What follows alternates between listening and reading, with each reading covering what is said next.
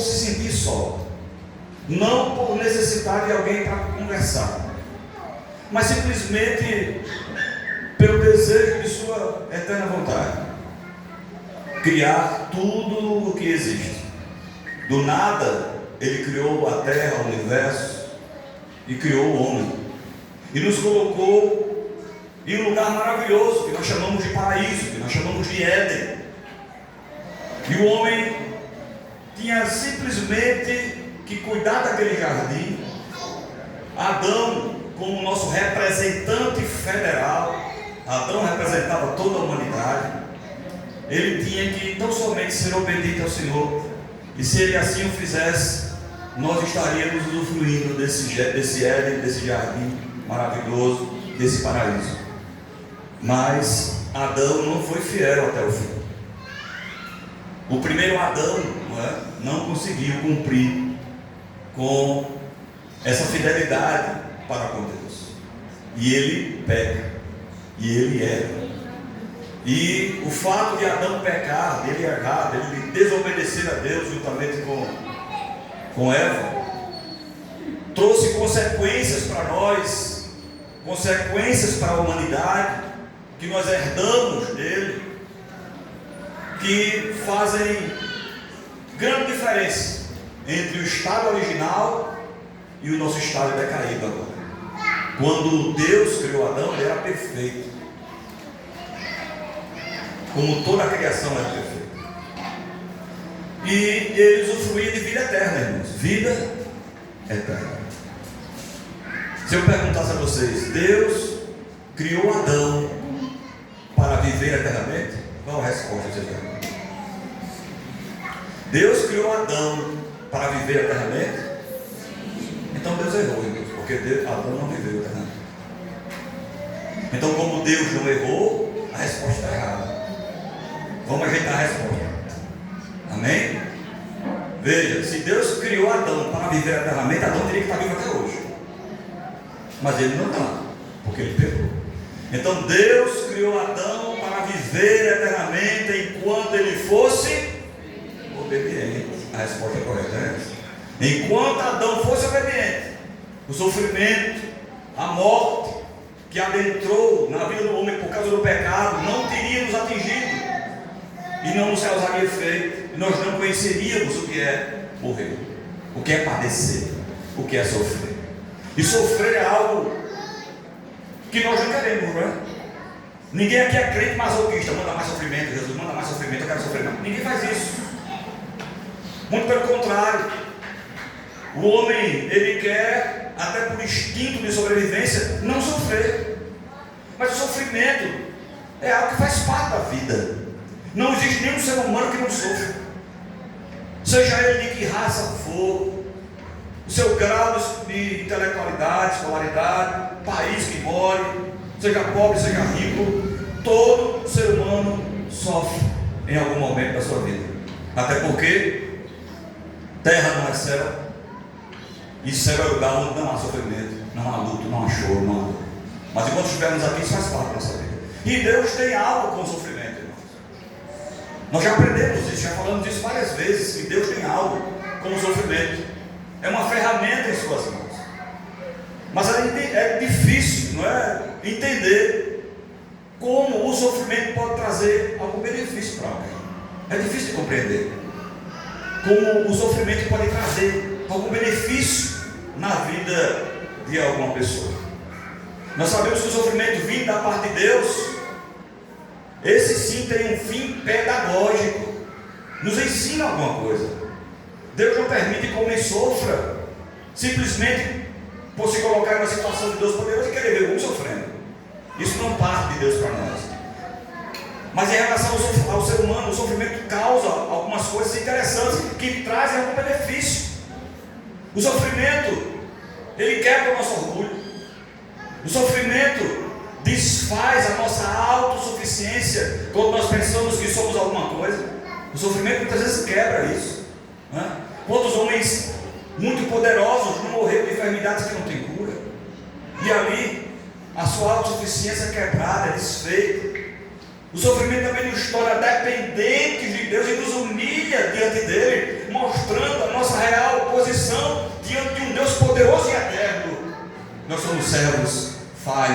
finitos e carentes de sua misericórdia. Nos faz olhar para a direção certa. O sofrimento nos quebranta, o sofrimento nos faz meditar em quem é Deus e quem nós somos. E no final dessa meditação, o único lugar que nós temos para olhar é para si. Não temos a quem recorrer senão a Deus. Nos faz ser também resilientes, insistindo, batendo na porta até que ela se abra, orando sem cessar, sem vacilar. Nos torna também, o sofrimento, obedientes. Obedientes. Então, em relação a Cristo, o sofrimento é um grande paradoxo.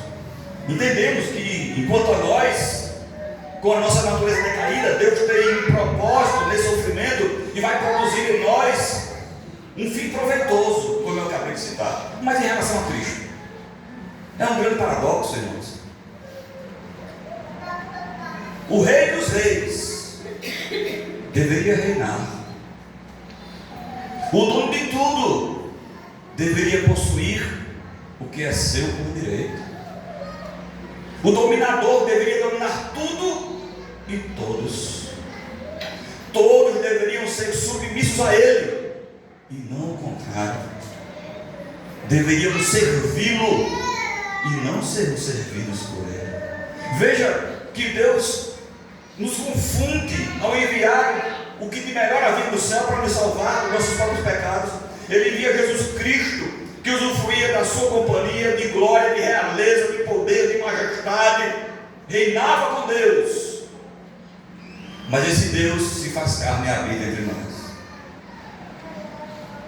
O que Deus desejou demonstrar com essa ordem inversa? O Rei dos Reis veio, mas não reinou da maneira que os seus esperavam que ele reinasse.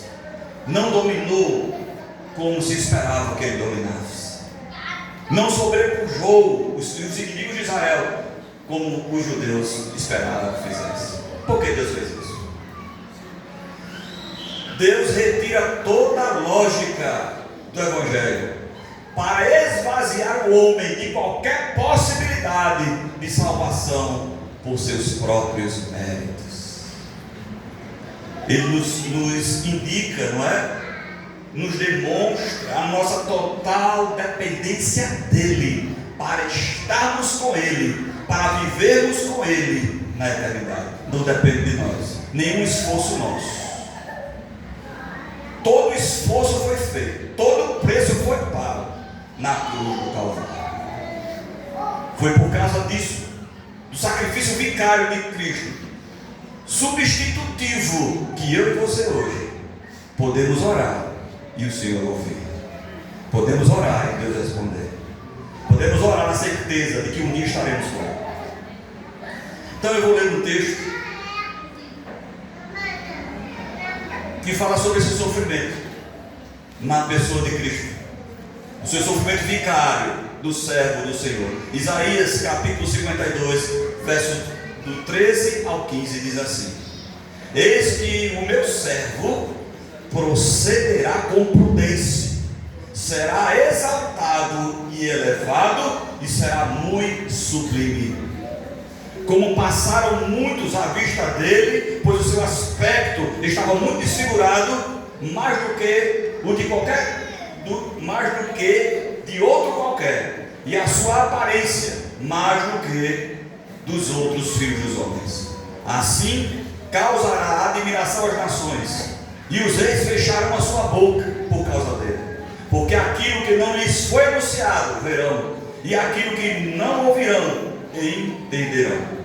Ainda 53, Isaías, versículo 12: por isso eu lhe darei muitos como a sua parte, e com os poderosos repartirá ele o despojo.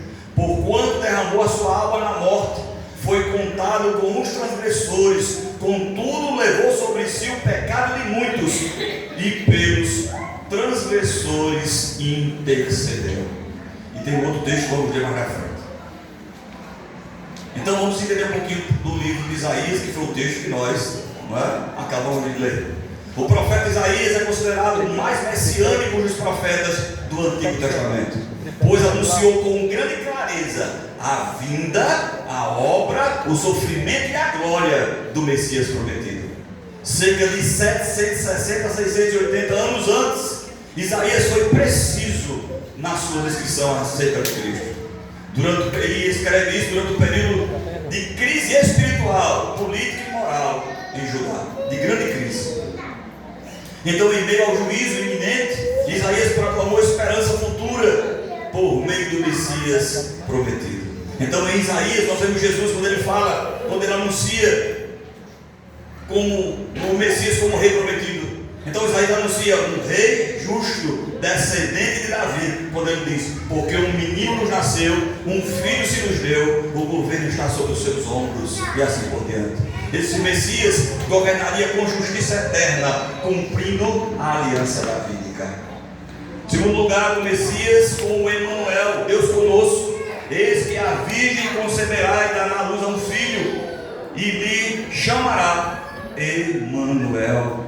Isaías revela que o Messias não seria apenas humano, mas a presença de Deus entre os homens. Era Deus conosco. Em terceiro lugar, o Messias como servo sofredor. Isaías apresenta o aspecto mais profundo da missão messiânica. Ele foi ferido por causa das nossas transgressões. O Messias sofreria, morreria de forma substitutiva e traria a redenção ao povo, algo único entre os profetas. Isaías traz isso para nós. Em quarto lugar, o Messias como portador do Espírito. O Espírito do Senhor Deus está sobre mim. Isaías 61, versículo 1. O Messias viria ungido pelo Espírito para libertar, curar e restaurar. E quinto e último lugar, o Messias glorificado e vitorioso. Isaías não termina na cruz, mas aponta para a exaltação. Eis que o meu servo procederá com prudência, será exaltado e muito sublime. O sofrimento levaria à vitória e ao domínio universal de Cristo. Versículos 13 ao 15. O servo sofredor é escolhido por Deus, e ele não é rejeitado por acaso. Quando Isaías escreve 52:3, ele diz: eis que o meu servo procederá com prudência, será exaltado, elevado e muito sublime. Veja que antes de ser ferido, o servo é apresentado como vitorioso aos olhos de Deus. O sofrimento não é sinal de fracasso, mas parte do plano redentor. Deus já apresenta Cristo na boca de Isaías como servo vitorioso antes de começar a sofrer. Deus já via na frente, Deus já estava contemplando a vitória do seu Filho na cruz do Calvário, que nos garante vida e vida eterna. O mundo vê a cruz como derrota, mas Deus vê como caminho de exaltação. Como está a sua cruz? Como está a nossa cruz? Como caminho de exaltação. Tem pessoas que querem viver de vitória em vitória. Tem igrejas que são ensinadas sempre a vencer. Seja vitorioso, você não pode pegar nenhuma gripe, não é? Você tem que estar assim, mas me responda uma coisa: nós sempre vencemos? Ou tem momentos que nós perdemos? Tem. E nós temos que saber nos comportar quando perdemos, porque faz parte da vida. Nós vencemos em Cristo.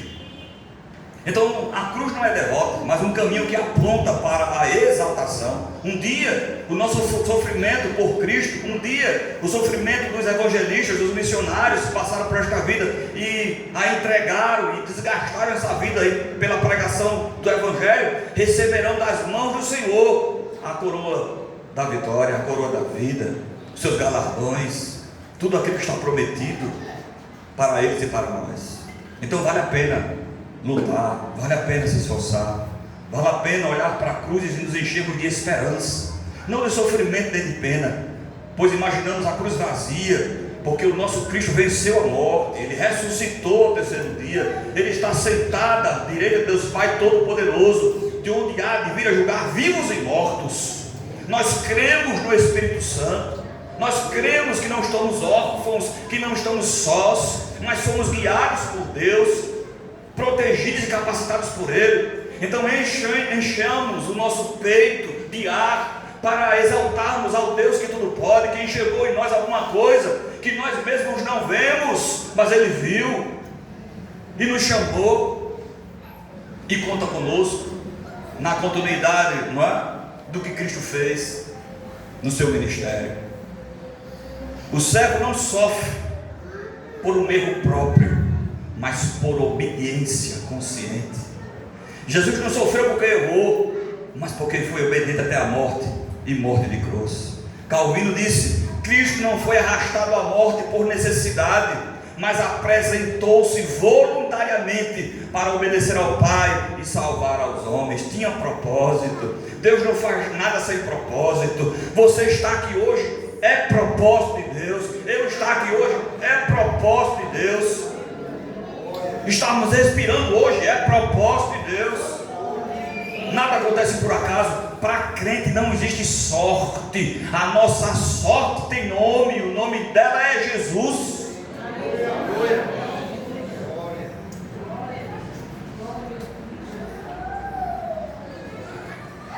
Isso nos ensina que a obediência nem sempre evita a dor, mas sempre cumpre o propósito de Deus.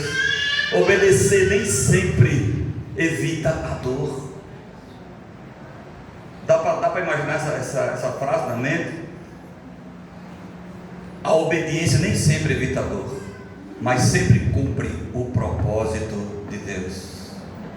Às vezes a gente sofre porque obedeceu, sofre porque disse não, foi demitido do emprego porque não se enquadrou nas artimanhas satânicas daquele lugar, porque não se envolveu como todos se envolvem naquele lugar, preferiu se resguardar na sua fé. Veja o caso, por exemplo, do professor Tássio de Licurgo, lá da minha terra, homem muito culto e capacitado por Deus.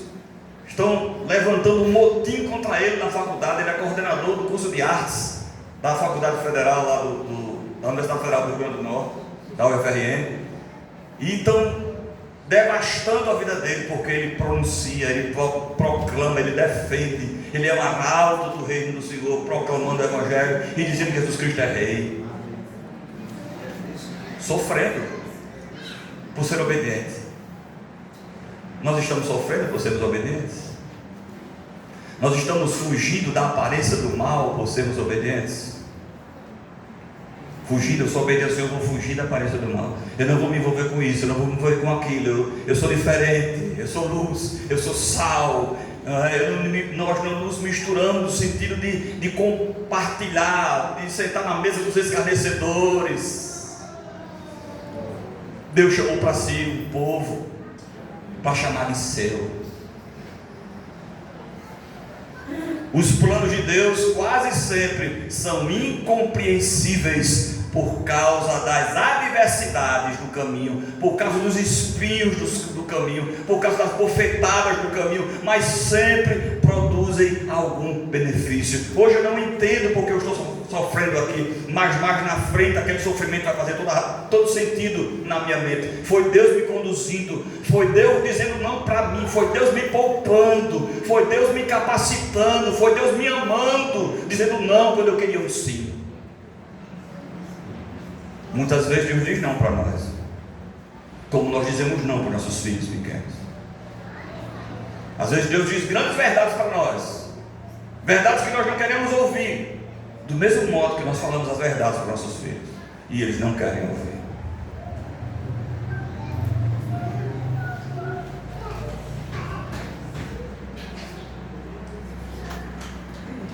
O sofrimento do servo é substitutivo, não merecido. Jesus não merecia sofrer. Amém, irmãos? Amém. Jesus não merecia sofrer, mas ele se submete ao sofrimento. Isaías 53:5 vai dizer: mas ele foi ferido por causa das nossas transgressões e esmagado por causa das nossas iniquidades. O servo sofre em nosso lugar, ele carrega aquilo que não era dele, Ele assume para si algo que ele não merece.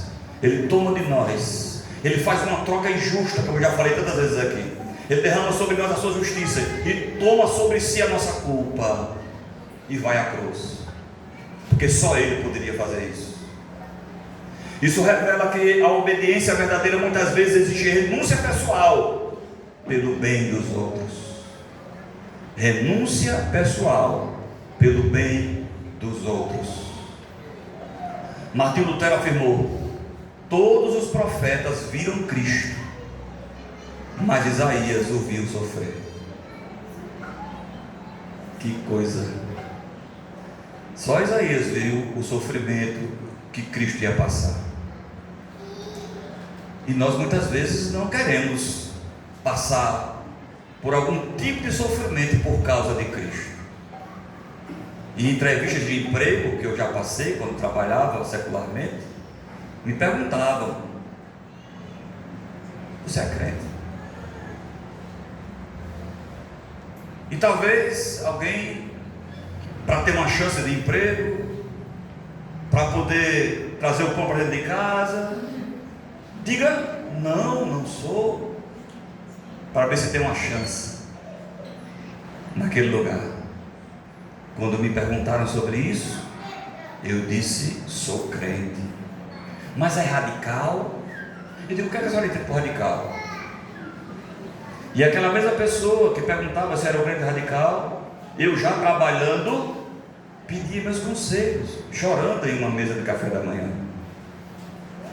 daquele crente que podia ser um crente radical. O que é que nós temos aberto mão, né? Desistido por causa do Evangelho. Tem pessoas que se apegam até a mentiras para estarem de pé ou estarem sobrevivendo. Conheço pessoas, e bem próximos a mim, que compactuam com o que é errado para não perder o emprego. Compactuam com ideologias, muitas vezes satânicas. Mas eu sou beneficiado. Eu sou beneficiado. Se eu sair, eu vou fazer o quê? O que é que nós temos perdido por causa de Cristo? O que é que tem mais valor para o nosso coração? O mais valor para a nossa vida? O que é que nós temos de mais precioso? Onde está o nosso coração? Meu coração está em Cristo. O sangue dá na canela, como nós dizemos no bom nordestinês. Mas o nome dele tem que ser glorificado aqui. Para Lutero, a cruz é o centro do Evangelho.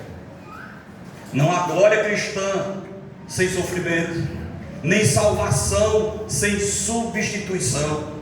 O servo vence não evitando a dor, mas assumindo-a por amor. Eu digo não para isso, por amor àquilo. Eu digo não para o mundo, por amor a Cristo. E isso é suficiente para trazer paz para o coração, porque nós servimos ao Deus que tudo pode, que é provedor da nossa existência e que não faz com que o seu servo passe necessidade por ser fiel, porque Deus é justo e fiel. E se nós honramos a Ele, Ele nos honra. Todos os atos que nós fazemos de coração, a recompensa vem depois. Veio à minha mente agora aqui um exemplo que eu vou dar, e eu gosto muito de dar exemplo da minha vida. É melhor do que dar dos outros. Gerenciei um restaurante na Avenida Livão França, lá em Natal, Rio Grande do Norte, à beira-mar. E de maneira bem resumida, esse restaurante faliu. E eu era o gestor, o administrador, e o dono era um dos sócios, dois rapazes, mais novos do que eu, inclusive. Não tinham condição de pagar todo mundo. E ele foi para a sede da Fé Comércio, levou advogado e foi comunicar. E quem comunicou isso foi eu. Ele falou: a partir daí que eu chegou na minha parte como gestor, eu falei das circunstâncias, eu falei que não era maldade, que aquelas pessoas tinham todo o direito de colocar na justiça, era o direito deles, fazer isso, mas eu vou fazer o seguinte: peguei minha rescisão, assinei, devolvi, o senhor não me deve nada. Uns fizeram isso, outros colocaram na justiça como o direito lhes permite. O tempo passou, teve consequência? Teve. Eu fazia compras no meu cheque para a empresa, ficou cheque sem fundo até eu pagar, meu nome foi para o Serasa até eu limpar. Sofri, mas o tempo passou. E um dia na igreja soube que um supermercado estava fazendo entrevista para comprador e tal. Eu nunca tinha trabalhado em supermercado, sempre trabalhei em hotel, em restaurante, para supermercado. Aí fui. Quando eu estava sendo entrevistado pela psicóloga, ela me falou o valor que elas pagavam, perguntou primeiramente quanto eu ganhava. Eu estou habituado a ganhar X, a gente não paga isso aqui não. E eu digo, mas não tem problema não, eu estou desempregado, eu dou o meu melhor por isso aí, por esse valor eu faço o que tem que ser feito. Fui contratado, aliás, essa psicóloga eu tinha uma concorrente, era uma menina, que era prima da psicóloga, prima. E ela ficou, a prima, porque a dona escolheu a prima. Só que a dona era crente. E ela não dormiu. E no dia seguinte, eu olhei para a psicóloga e disse, entre Sandro e fulano e tal. A psicóloga disse, Sandro. E eu voltei para aquele lugar. Resumindo a história, fui promovido em 3 meses. Estava ganhando o triplo do que ela tinha dito que não pagava. E um belo dia, eu conversando já com o diretor, como gerente administrativo, tinha sido promovido. Ele foi me apresentar o setor jurídico da empresa. Entra o advogado. Quem era o advogado? O mesmo advogado da empresa que eu peguei a rescisão e entreguei para ele. Quando ele me viu, olhou para o dono e disse, você contratou o Sandro? Você contratou uma, venha. Me botou nas alturas. Eu digo, meu Deus, a gente perde aqui para ganhar ali, quando Deus está no negócio. E o dono desse supermercado, evidentemente, eu trabalhei em 3, os 3 eram crentes. Então, irmãos, vale a pena perder quando é perder para o Senhor. Porque quando a gente perde para o Senhor, a gente não está perdendo, está ganhando. Porque mais na frente a recompensa virá. A obediência do servo vai até o fim. Isaías 53:7 vai dizer, como o cordeiro foi levado ao matadouro, não abriu a boca. O silêncio do servo não é fraqueza, é submissão confiante. Ele confia que o Pai é justo, mesmo quando a injustiça grita. Não é assim? Ser cristão hoje no Brasil, verdadeiramente cristão, está sendo cada vez mais difícil, porque parece que Deus está passando uma peneira, e de vez em quando surgem aí nas mídias os escândalos, as pessoas envolvidas, pastores envolvidos, nomes de pastores, nomes de igrejas, escândalo do INSS, e a confusão para lá e para cá. E parece que nós estamos que ter, não, nós devemos ter o máximo cuidado possível com o nosso testemunho, de maneira que Deus seja glorificado nele, porque o mundo está de olho em nós. Às vezes eu vou fazer compras lá em Campina Grande, vou para o supermercado, o pessoal está passando por alguém, diz, Pai do Senhor, pastor. Eu digo, Pai do Senhor, não sei quem é, alguém que me conhece, que me viu, não é? Então nós temos que ter sempre cuidado, porque mais importante do que os olhos das pessoas são os olhos daquele que tudo pode, tudo vê, e não há onde se esconder diante desses olhos. Calvino vai dizer, a obediência de Cristo foi a chave da nossa justiça. Cristo não obedeceu parcialmente, ele foi obediente até o último suspiro. Obediência não é apenas começar bem, mas permanecer fiel até o fim. Permanecer fiel até o fim. Fiel a quem? Fiel a Ele e a tudo que Ele representa e tudo que Ele nos ensinou. Eu devo amar meu irmão, perdoar meu irmão, ser fiel à minha esposa, pagar as minhas dívidas, tudo aquilo que um bom cristão deve fazer. Isso é fidelidade. Ser fiel na devolução dos meus dízimos, ser fiel nas ofertas, ser fiel na oração, ser fiel na intercessão, ser fiel no abraço, ser fiel na comunhão, na unidade. Eu tenho que ser fiel em tudo. E muitas vezes nós somos colocados à prova nessa fidelidade, nas mínimas coisas. Muitas vezes somos reprovados nessa fidelidade. Quando eu renego os princípios bíblicos, quando eu deixo de amar meu irmão, eu estou sendo infiel para com Deus. Quando eu traço um comentário depreciativo, sem base nenhuma, sem prova nenhuma, eu estou sendo infiel a Deus. Quando eu compro, quando eu sei que não tenho a capacidade de pagar depois, eu estou sendo infiel a Deus. Tudo aquilo que nós fazemos que agrada, ou melhor, que desagrada a Deus, nós estamos pecando e sendo fiel a Ele. Então veja aí a grande responsabilidade que é ser crente. Porque ser crente na igreja é bom demais ser crente aqui. A gente pode dar glória a Deus, aleluia, Pai do Senhor, irmão, louvar, falar em línguas estranhas, profetizar. É bom demais. Eu quero saber, quando passar dali, dos portões. Quando você chegar em casa, quando você vai fechar a sua porta sobre si, quando estiver em meio à sociedade, na roda dos amigos, no trabalho, na faculdade, como é que nós estamos nos comportando? Nós queremos vencer. Cristo já venceu por nós. Cristo já venceu por nós. Só nos resta uma coisa para aproveitarmos essa vitória, essa grande vitória, essa vitória que só Ele pôde conquistar para nós. É sermos obedientes. Quarto ponto: a vitória do servo vem depois da obediência. Filipenses 2, verso 9 vai dizer: por isso Deus o exaltou sobremaneira e lhe deu o nome que está acima de todo nome. Cristo venceu porque também foi obediente até a cruz, até a morte, melhor dizendo, e morte de cruz, para completar. A exaltação vem depois da humilhação. A glória vem depois da cruz. Esse é o padrão do reino de Deus. Estamos no deserto, não se preocupe não, seja fiel no deserto. Logo mais vem o mar verdejante, vem a relva verdejante, vem o mar, vem a água que descedenta, vem o banquete.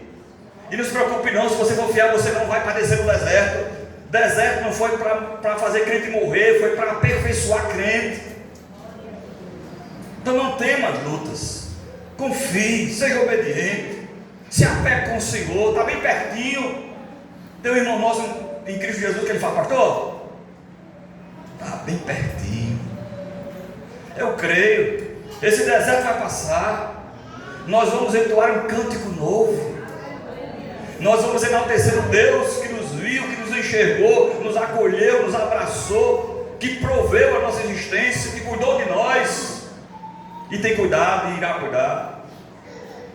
Lutero diz ainda: a cruz não destrói a fé, ela a cria. Olhe para a cruz e pense na sua fé. Olhe para a cruz e veja no que Cristo fez por você e por mim. Olhe para a cruz e saiba que Ele venceu a morte. Olhe para a cruz e saiba que o túmulo está vazio. Só Ele pode fazer isso.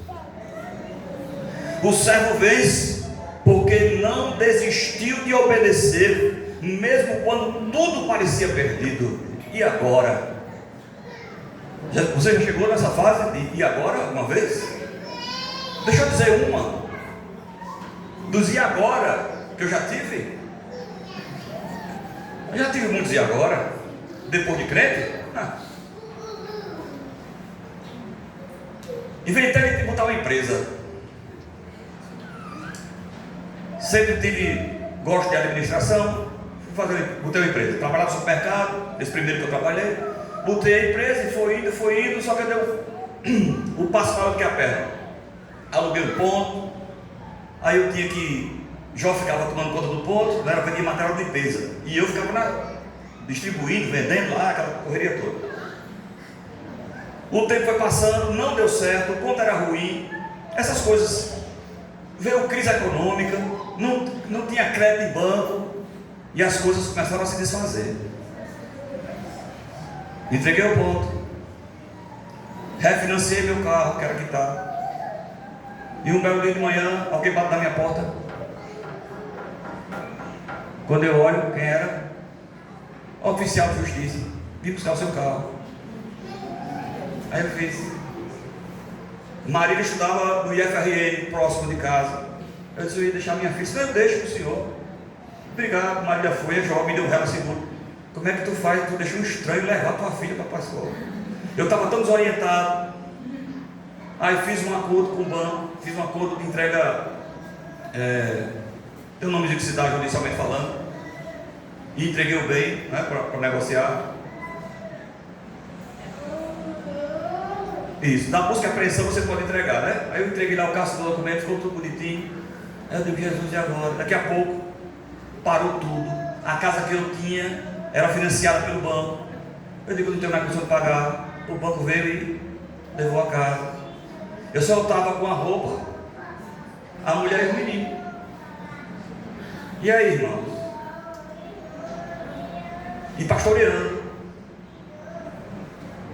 Cheguei para a igreja, comentei o que tinha acontecido e disse, agora eu vou voltar para outro bairro que é mais distante, porque meu pai tem algumas casas. Eu pego uma das casas que ele tem, fico lá e fico indo para cá. Se levantou 3 a 4 irmãs abençoadas na igreja, brava. O senhor não vai para canto nenhum. Nós vamos alugar um lugar para o senhor ficar aqui pertinho da igreja. Dentre elas, a mãe do pastor Carlos e as tias. E eu só fazia o que me diziam, porque eu estava no processo de caminhar pelo deserto. Quando eu estava nessa casa, que elas alugaram, olhando para o teto, e perguntando, meu Deus, o que é isso? Estou desempregado, a igreja não tem condição de me manter nesse momento. O telefone toca, o advogado, o mesmo advogado que me reconheceu, ligou para mim, Sandro, como é que estão as coisas? Eu vendia para ele também, por isso que eu estava dizendo, está tudo bem, estou aqui em casa e na igreja. Eu tenho 3 propostas de emprego para você, escolha. Aí disse 2 que não me interessou, quando falou uma que era um atacado. Bem, eu trabalhei no supermercado, atacado é parecido. Esse é o atacado aí. Para resumir a conversa, eu fui conversar com o dono desse atacado, muito famoso lá em Natal. Ele era crente, eu não sabia. E ele mandou perguntou umas coisas, depois ele disse que era crente e disse, olha meu querido, eu estou lhe contratando para você trabalhar com o meu sócio. Eu não sei o que você vai fazer. É como alguém que contrata alguém da família. É coisa de pele, ó. Aí mostrou todo arrepiado, dizendo assim, coisa de Deus, né, tal. Voltei para casa, as irmãs só tiveram o trabalho de pagar o calção. E eu disse, irmão, não precisa pagar o calção não, porque segunda-feira eu começo a trabalhar. É porque quando chega no final, quando chega no fundo do poço, quando estamos no meio do deserto, não temos outro local para olhar, a não ser para cima, e clamar ao Deus que tudo pode. E enquanto nós pensamos que é o fim, Deus está planejando algo mais para frente, algo maior, algo mais distante, algo mais profundo, porque nós servimos a um Deus que cuida. Que cuida. Por 2 vezes, ir de casa para o trabalho, bateram no meu carro, de amassar, de não poder ir mais para a igreja, ter que voltar para casa de um jeito ou de outro para ajeitar depois. Mas da minha boca e da minha esposa nunca saiu um ai ou um ui, uma murmuração para dizer que Deus não está vendo, que Deus não cuida, que Deus... Não, sempre Deus tem sido fiel. E se existe alguma infidelidade é de minha parte, não da de Deus. Deus permanece com a mão estendida, Deus permanece com o cetro de fidelidade estendido para salvar, para amparar todo aquele que se achega a Ele.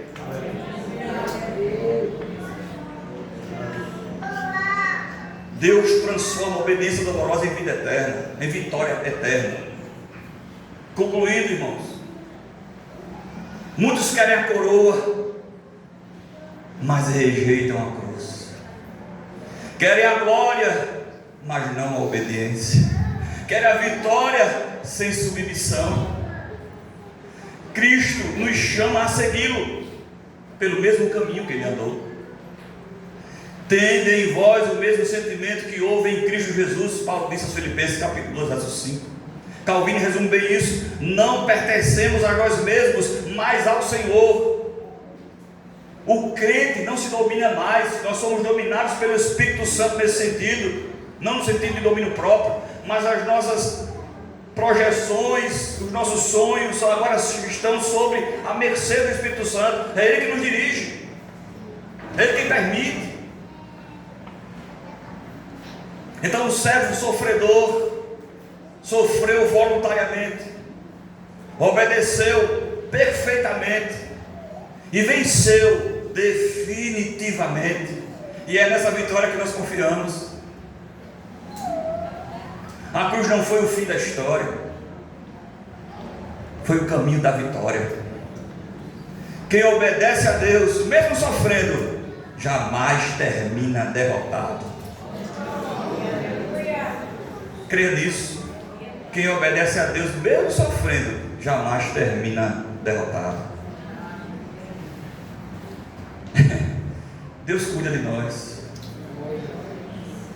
e realiza sonhos.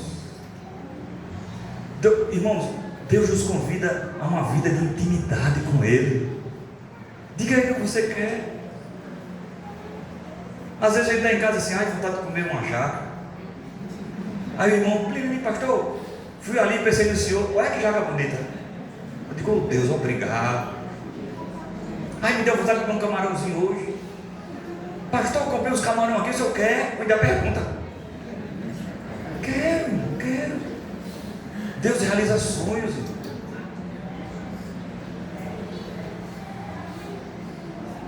Que possamos ver esse princípio em nossos relacionamentos, de obediência, de fidelidade, de comunhão, de unidade, de tudo aquilo que nos aproxima de Cristo, de tudo aquilo que Deus espera de nós. Não vamos permitir que nada nem ninguém atrapalhe isso. Essa é uma tecla que eu bato sempre. Não vamos permitir que nada atrapalhe nossa comunhão, nosso crescimento, nosso desejo de ir para o céu. Não deixe não. Não olhe para o seu pastor como alguém perfeito, não, porque eu não sou, mas não sou mesmo. Mas nós devemos olhar uns para os outros como pessoas que estão tentando se aproximar mais de Deus e enfrentam dificuldades e desafios para isso, para que nós possamos dar o conhecido desconto. Dê um desconto, dê um desconto. Olhe para Cristo. Estamos no mesmo processo, somos todos alunos nessa escola da vida. Então não busque perfeição onde não tem, porque nós somos imperfeitos. Não julguemos para não sermos julgados. Sejamos obedientes a Deus, pois já somos vitoriosos em Cristo. Seja só obediente, porque, como eu disse, a vitória já foi conquistada. O que Ele quer tão somente é obediência, uma vida digna de ser vivida em nome dEle, que está cada vez mais difícil. Ser crente só é possível com a ajuda de Deus. Ser crente verdadeiramente só é possível com a ajuda de Deus, com a ajuda do Espírito Santo, socorridos por sua mão poderosa e potente, porque muitas vezes nos levantamos como juízes certos de todas as coisas, e na verdade nós não sabemos de nada. Colocamos gente no inferno e no céu, no piscar de olhos. E quando nós estivermos lá, já disse alguém, teremos muitas surpresas. Você aqui, teremos muitas surpresas. Então lute, se orgulhe por ser crente, um orgulho sadio, evidentemente. Valorize, é honroso ser crente, crente em Cristo Jesus. Lutadores, guerreiros, soldados, defendendo essa bandeira que é o Evangelho. Oremos pela igreja, oremos uns pelos outros. Quando nós tivermos os nossos desafios para vencermos aqui, enquanto igreja, esteja presente. Conte comigo, pastor. Eu não tenho prata nem tenho ouro, mas o que eu tenho eu posso dar ao Senhor. Tenho Cristo. quero compartilhá-lo. O Senhor tem também, vamos compartilhar junto, vamos aumentar nossa fé. Como brasas que se juntam e formam uma grande fogueira, uma grande fonte de calor, que aquece, que protege. Então os nossos desafios, nós vencemos juntos, para a honra e glória do Senhor. Ninguém fica para trás. Amém, meus queridos? Amém. Então que Deus nos abençoe